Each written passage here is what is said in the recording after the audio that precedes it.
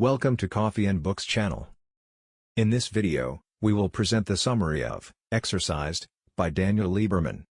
In this summary, we delve into Exercised, a book that unravels the complex relationship between physical activity and human health through the lens of evolutionary science and anthropology.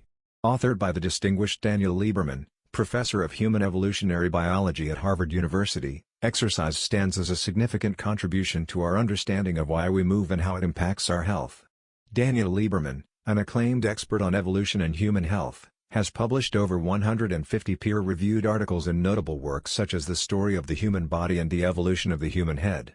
In Exercised, he leverages his expertise to challenge conventional wisdom about fitness, offering insights grounded in extensive scientific research and evolutionary theories. This book is ideal for fitness enthusiasts who seek to comprehend the broader implications of health and exercise and those who generally shy away from physical activity but are looking to make a positive change. It's also perfect for amateur anthropologists and anyone with an interest in the evolutionary aspects of human health. Rediscovering the true meaning of staying fit, a glance through evolutionary history. Let's face it, the mantra "exercise more" has almost become a universal chorus echoing through gyms, offices, and online forums alike.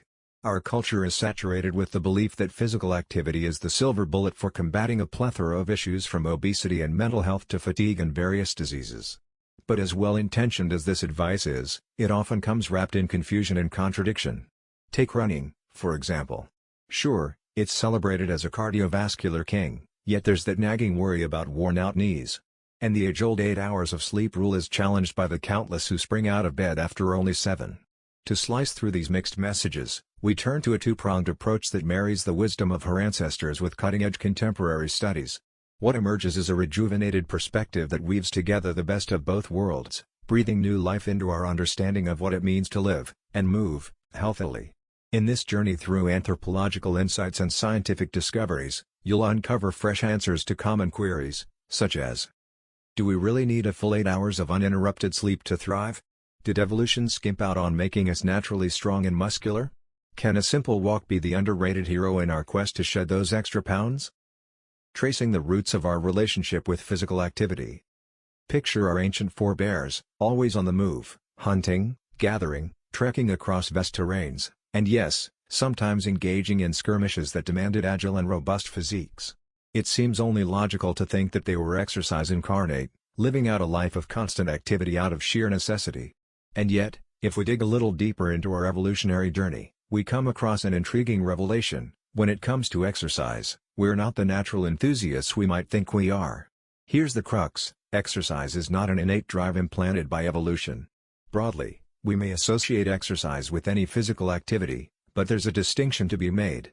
Exercise refers to intentional movement done specifically for health and physical fitness.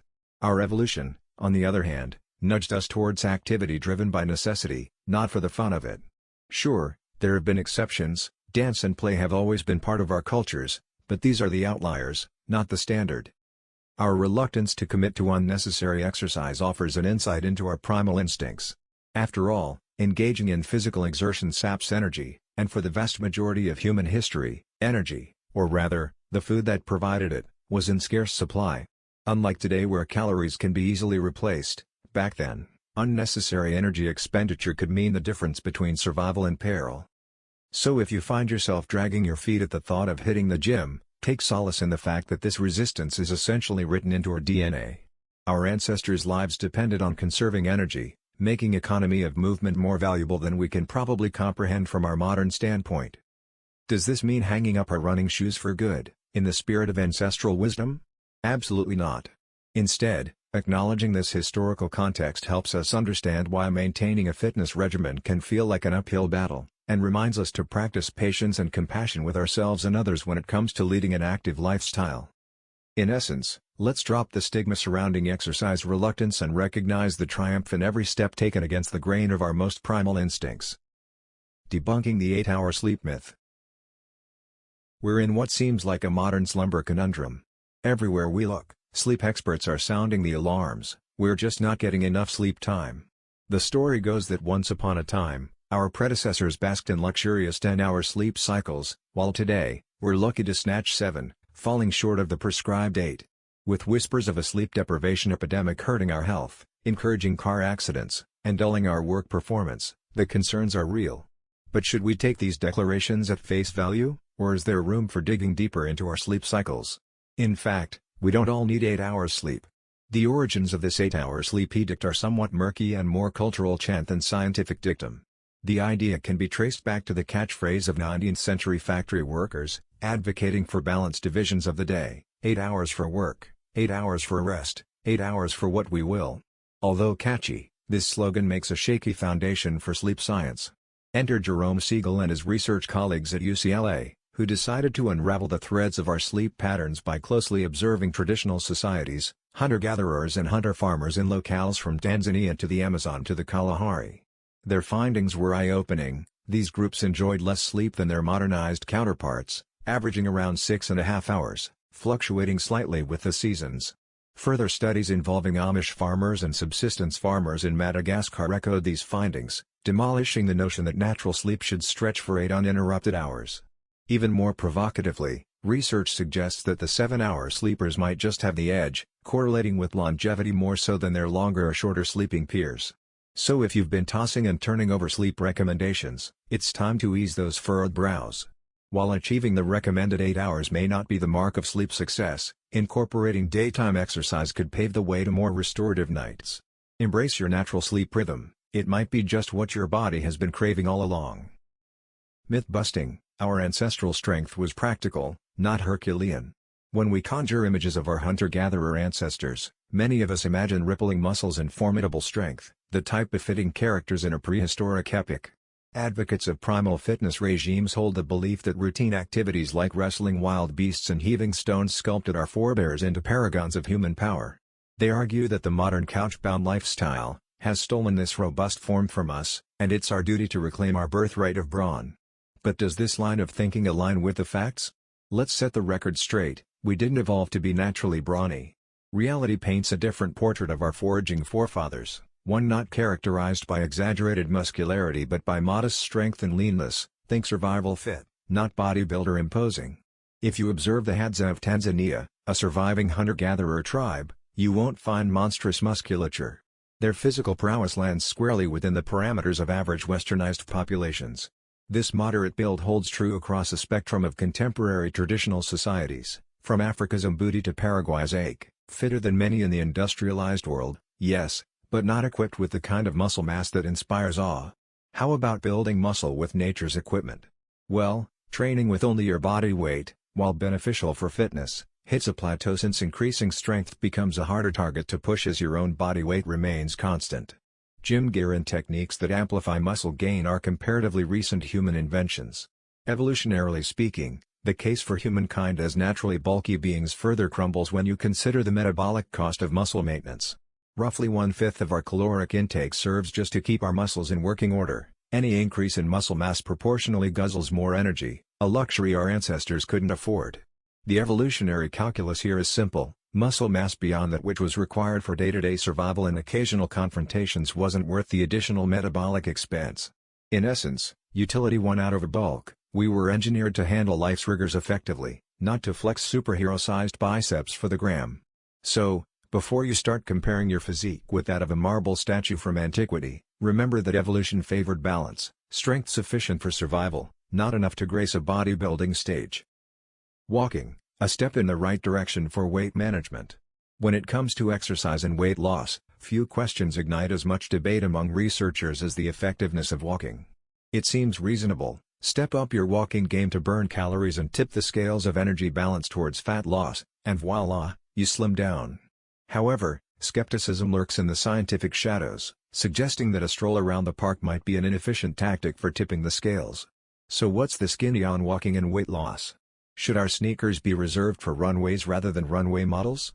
Here's what's worth putting one foot in front of the other for: walking does have a role to play in weight loss. Those who cast doubt on walking's weight loss benefits point out that walking is a bit of a calorie miser and can trigger increased hunger, leading to a calorie intake that effectively cancels out the calories burned. This view gains traction with studies showing minimal weight change when overweight individuals incorporate a moderate increase in walking without dietary changes. Yet, our bodies are marvels of motion efficiency, and walking is a pinnacle of that evolutionary excellence. It's an activity we've honed to require minimal energy, great for endurance, but an obstacle for those trying to shed pounds through walking alone. However, where there's will, and walking, there's a way. Research indicates that doubling down on the duration, with brisk walks adding up to 300 minutes per week, can indeed shift the weight needle. The results aren't jaw-dropping on their own, but patience pays off. Persistence can accumulate to significant weight loss over time. More than being a tool for weight reduction, walking shines as a champion of weight maintenance. Crash diets often see a weight rebound where intermittent exercise is absent, while individuals pairing weight loss with regular walking are likely to keep the pounds off for the long haul. Walking isn't a one-size-fits-all solution for weight loss, but it's a contributor that can't be underestimated. It's an accessible, sustainable step forward towards not just reaching a target weight, but remaining there too. So lace up those walking shoes. Each step counts towards maintaining a balance on the scale and in your life. Pounding the pavement without pounding your joints. Stepping up from the gentle stride of a walk, running is the next echelon for many seeking to elevate their fitness. More than just a workout, for some, it's virtually a rite of passage, but it's also a source of trepidation, cast in the grim anecdotes of longtime runners nursing injuries and chronic pains. Is this fear justified? Does lacing up for a run inevitably set you on a collision course with injury? Consider this reassuring insight: running doesn't have to lead to injuries. The fear of running-related injuries isn't unfounded. Runners do end up on the sidelines from time to time. Yet, the injury rates don't surge evenly across the board, rather, they trace a U-shaped curve where novices and running zealots tend to be more injury-prone, while moderate runners enjoy a smoother ride. Moreover, let's debunk one of the biggest myths shadowing the tracks: the belief that running invites osteoarthritis through relentless joint strain. The evidence rallies against this notion, showing that running can actually foster cartilage health rather than its breakdown. However, acknowledging that running occasionally does cause injuries, the next step is understanding how to sidestep these hazards. The key is pace, not in your step, but in your progress. A runner's enthusiasm is like kindling to a flame, necessary, but too much too quickly can burn down the whole endeavor. Adhering to the 10% rule, where you cautiously increase distance or speed weekly, is a strategy that helps stave off injury by allowing the body to adjust. The body's potential for adaptation is remarkable, as witnessed by the author while tracking 8 runners on their grueling 3,080-mile journey across the United States. Their initial experiences were a patchwork of aches and injuries, but as days rolled into weeks, their bodies found a rhythm, toughened by the daily marathon distances. Remarkably, the spate of injuries clustered in the first month, with the final month sailing by injury-free. This evolutionary flexibility highlights an empowering narrative, that running, a primal activity we're naturally designed for, can be approached with confidence rather than caution. With gradual conditioning and a respect for our body's adaptability, running can be a joyful, injury-minimal pursuit, threading fitness into the fabric of our day without the looming threat of harm. So go ahead, take that run. Your journey might just be clearing the air of myths with every ground-covering stride. Active aging, the secret to a robust twilight. Envisioning retirement often conjures images of leisure, rest, and well-deserved tranquility. However, the lifestyles of the elderly and hunter-gatherer communities could reshape our expectations of the golden years. Consider the Hadza of Tanzania, a continuation of the theme we've explored before. When contrasted with the declining physical activity of Americans from their 40s to their 70s, the Hadza's gradual and less pronounced activity decline is striking. They maintain their strength and vigor well beyond the years we typically associate with frailty. Hunter-gatherers don't just enjoy enviable physicality in their later years, their longevity, often reaching into the 70s, rivals that of places with modern healthcare, despite their lack of it. So, what pearls of wisdom can we glean from their enduring vitality? Here's what we should take to heart: we need to stay active as we age. Research into geriatric health among traditional societies indicates that the diseases of aging we accept as standard, heart disease, type 2 diabetes, Alzheimer's, are not the norm for them. The term compression of morbidity enters the conversation here. While many in industrialized societies experience a prolonged decline in health, hunter-gatherers face a swift, late-stage decline. Their key to delaying morbidity? Lifelong physical engagement. This principle doesn't just hold on the savannas of Tanzania but also closer to our own backyards. The Stanford Runners Study, spearheaded by medical professor James Fries, casts a revealing light on active aging. The study tracked runners and similarly healthy but sedentary peers over 50, discovering that mortality rates steadily climbed for non-runners compared to their more agile counterparts. Furthermore, the runners exhibited a slower pace of decline in their day-to-day functional abilities. Whether you're taking a spirited walk through the Serengeti or jogging through city streets, the message is universal and clear. Staying active as the years ascend is not only synonymous with longevity but also the key to warding off age-related diseases and preserving independence. Hence, regardless of our geographical coordinates, embracing physical activity into our later years could very well be the open secret to a healthier, more vital, and fulfilling life cycle. Transforming exercise from a chore to a choice delight.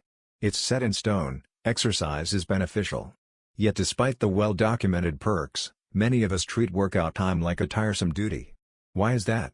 Our evolutionary backdrop provides a clue. Voluntary physical activity wasn't a feature of our ancestors' lives, thus modern-day exercise can feel unnatural and arduous. Knowing that we have a biological inclination to dodge unnecessary physical exertion shouldn't dishearten us but rather fuel our creativity in overcoming this hurdle. The end game is clear: to bolster our exercise habits, we must inject elements of necessity and joy into our routines. Exercise, by nature, isn't usually regarded as essential for survival in today's world, meaning we're less compelled to prioritize it. However, we can craft a sense of urgency around our fitness goals with clever strategizing. One approach is to involve someone whom you hold in high regard to hold you accountable. Another tactic might be to register for an athletic event and pay in advance. A commitment of funds can be a surprisingly effective motivator. These strategies give our fitness pursuits a taste of necessity, increasing our incentive to stay the course. Yet, we don't just want to feel obliged to exercise, we want to enjoy it. To turn physical activity from a dreary task into a delightful diversion, we can look to the communal aspect of exercise throughout human history. We, like the hunting and foraging groups of yesteryears, are inherently social creatures. Sharing the exercise experience, be it a partner workout, team sport, or engaging with a personal trainer, can considerably uplift the enjoyment factor. If social interaction isn't your cup of tea or if you're venturing solo, there are other ways to make exercise pleasurable. The simple act of listening to an engaging podcast or audiobook can transform a mundane workout into an escape you anticipate. Understanding our natural propensity to seek ease rather than exertion empowers us to adopt smarter, more enjoyable tactics for integrating exercise into our lives. By making workouts necessary, social, and stimulating, we can shift them from the fringe of our daily expectations to a cornerstone of our daily enjoyment. The essence of integrating exercise into our daily lives. Let's circle back and tie up what we've learned about exercise with a neat bow. The takeaway from this exploration is somewhat paradoxical. While exercise brims with benefits, our innate drive leans towards energy preservation rather than exertion. This inclination might make a regular jog feel less like a joy and more like a job. But therein lies the challenge and the opportunity. The trick to overcoming our evolutionary energy-saving bias is to craft an exercise regime that appears both indispensable and enjoyable. It's about smartly positioning physical activity not as an option but as a necessity, while also making it a source of pleasure and social connectedness. Finding the sweet spot also means balancing activity with adequate rest and shunning the temptation to push our bodies into overdrive. Exercising smarter, not necessarily harder, is the mantra for harmonizing our present-day fitness goals with our past survival strategies. In the end, the goal isn't just to move, it's to move in ways that feel rewarding, sustainable, and intrinsically motivated, reshaping exercise from a modern imposition into an integral, cherished part of our everyday lives. Thanks for watching. Like and subscribe for more.